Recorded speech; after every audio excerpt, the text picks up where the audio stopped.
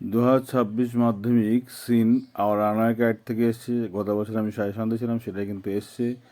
তোমরা দেখো, এটা প্রশ্নগুলো দেখো, মিলিয়ে নাও যা যা করেছো। এখানে এখানে 1 নম্বর কোয়েশ্চেন কিন্তু দ্য আইল্যান্ড, আর 2 নম্বর কোয়েশ্চেনটা কিন্তু হবে 12 ইয়ার্স ওল্ড। কিন্তু এটা ভালো করে মিলিয়ে নাও।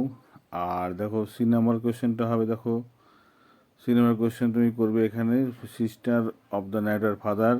D নম্বর কোয়েশ্চেন লিখবে উইথ দ্য মেনল্যান্ড চিলড্রেন। আর E নম্বর কোয়েশ্চেনটা লিখবে he was asked about the relatives. এগুলো তোমার করতে হবে। এইভাবে যদি করো তুমি মিলিয়ে নাও প্রশ্নগুলো ঠিকঠাক আছে কিনা। 3 নম্বরে ট্রু ফলসগুলো ভালো করে দেখো। Two family found relative because of the kite, এটা টি লিখবে। It is all account of the kite there was more of pass, এই লাইনটা সাপোর্টিং সেন্টেন্স লিখে দেবে। Were no family living on the mainland had relative, অর্থাৎ রিলেটিভে যারা ছিল আর কি বলছে, এখানে কোনো রকম তো সম্পর্ক ছিল না, এটা লিখবে না কিন্তু। এগুলো everybody on the mainland had relative, এটা তুমি লিখবে কিন্তু, ঠিক আছে। ওইটা তুমি অবশ্যই এগুলো দেখে নাও। কবিতা কিন্তু এবার মাধ্যমিকে এসে স্নেল থেকে, স্নেলের প্রশ্নগুলো কিন্তু দেখে নাও, মিলিয়ে নাও ঠিকঠাক আছে কি না। আর এই প্রশ্নগুলো এটা কিন্তু গতবার দিয়েছিলাম 26 সালে, 27 সালের কোশ্চেন কিন্তু আমি দিয়ে রেখেছি।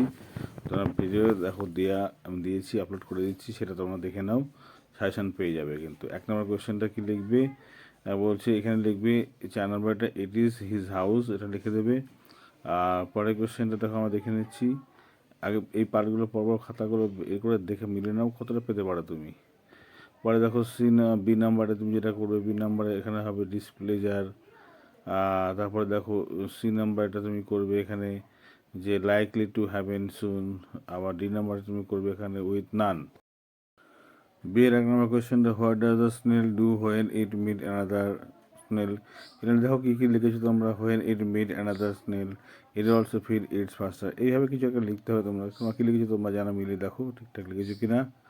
পরের কোয়েশ্চেন দেখো, পরের কোয়েশ্চেনটা বলছে with home life is life of the snail compare and why similarity can be found in this line. এরকম একটা লিখে দিয়েছি, তোমরা মিলিয়ে দেখো এইভাবে তোমরা লিখেছো কিনা। এরকম কাছাকাছি লিখলেও হবে, দেখি নাও তোমরা। তারপরে দেখো আমরা বলেছিলাম আনসিন, যে 2026 সালে সাজেশনে ছিল বন্যপ্রাণী সংক্রান্ত বলেছিলাম, এটা এই ধরনের আসতে পারে। অনেক করে দিয়েছিলাম, আমাদের এটা বলেছিলাম, এটা দেখো এসছে বন্যপ্রাণী দিয়েই।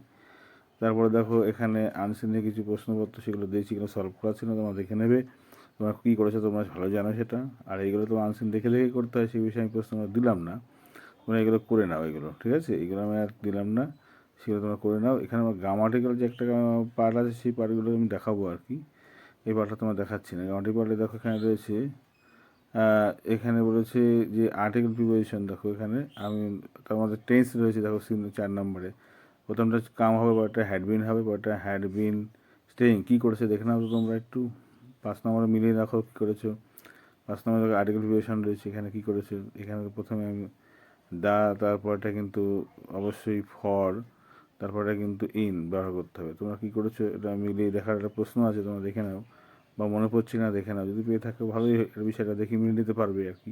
এই জাস্ট গ্রামাটিক্যাল পার্টে দেখো মনে পড়ছে, দেখো রয়েছে এখানে যে সেন্টেন্স দিয়েছিল, এখানে বলেছে সিম্পল সেন্টেন্স। তাহলে কী করতে হবে, এখানে শুধুমাত্র দ্য হাউস ইজ বাদ দিলে কিন্তু হয়ে যেত। My father live in a big house near the river. এবার তুমি যদি করে থাকো, যারা করেছো তারা তো ভালোই। অন্যভাবেও করে, তোমরা কীভাবে করেছো তোমরা জানো, তো দেখো মিলিয়ে দেখো এবার ঠিকঠাক করেছো কিনা। তারপর ন্যারেশনটা দেখা রয়েছে। ন্যারেশন, এখানে ন্যারেশনে যেটা Samuel said that he was half an hour late. অথবা Samuel said that Shami was half an hour late. কী করেছো তোমরা সেটা জানো, ইউটাকে পরিবর্তন করতেই হতো এখানে। আর অ্যাট এভরি স্টেশন, এই অ্যাট এভরি স্টেশনে তুমি প্রথমে বা শেষে বা V3 পরেও তুমি লিখতে পারো, ঠিক আছে। কীভাবে করেছো তুমি জানো। আমি একটা সমাধান তোমার দিলাম, যে এইভাবে তোমরা করেছো কিনা কাছাকাছি দেখে নাও। At every station the platform was filled by sorrowful crowd, এই ধরনের একটা করেছি আর কি।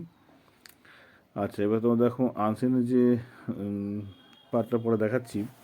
গামার দেখো পাবলিশ, বাট আউট, তারপরে ওয়ার পুট অন, আর এখানে অ্যাবান্ডেন্ট, গিভ আপ, এইগুলো করেছে। এইগুলো ঠিকঠাক আছে কিনা দেখো, মিলিয়ে দেখো। যদি ঠিকঠাক থাকে তো তোমার ভাববে তোমরা নাম্বার পেয়েছো। আনসিনের এই পার্টটা কিন্তু তোমাকে মেলাতেই হবে, কারণ এই পার্টটা থেকে কী নাম্বার করেছো তার উপর নির্ভর করছে তোমাদের 80% নাম্বার বা 90% নাম্বারটা কিন্তু দেখো এখানে দেখো natural home of the plant, এখানে কিন্তু হ্যাবিট্যাট, আর এটা দেখো ভ্যারাইটি অফ স্পেসিস, আর এখানে রিজার্ভেশন প্রিজার্ভেশনের রিজার্ভ করবে, আর দেখো এখানে ফেমাস বা রিগার্ডেড ফর, এখানে কিন্তু এমিনেন্ট করতে হবে। আর এখানে দেখো দিয়েছি খুব অ্যাডিস কিন্তু খুব সহজ বলেছিলাম, প্র্যাকটিস করেছিলাম। তুমি দেখো এখানে এক টুকরো মাংস নিয়ে কুকুর জলাশয় পড়া হয়েছিল সেটা দিয়েছি। আবার নোটিশটা দেখো দিয়েছি, এখানে কিন্তু নোটিশটা খুবই সহজ নোটিশ দিয়েছি, কিন্তু প্র্যাকটিস যারা করেছিলাম যারা জানো ম্যাজিক শো অনুষ্ঠিত হবে তোমাদের স্কুলে, এই বিষয়ে নোটিশ লিখতে হবে, সেটা তোমরা করেছিলাম। অনুষ্ঠান সংগত নোটিশই করলেই হয়। আমি পরের কোশ্চেন আরও 27 সালের সাজেশান দিচ্ছি, তোমার আমার সঙ্গে চ্যানেলের সঙ্গে জুড়ে থাকবে, তোমরা পেয়ে যাবে।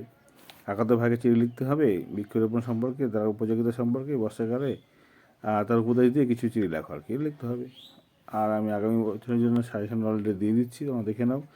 এই অনুযায়ী সারা বছর প্র্যাকটিস করবে, অবশ্যই তোমরা সামনের বছর ভালো রেজাল্ট করবে। বাই, ভালো থাকবে।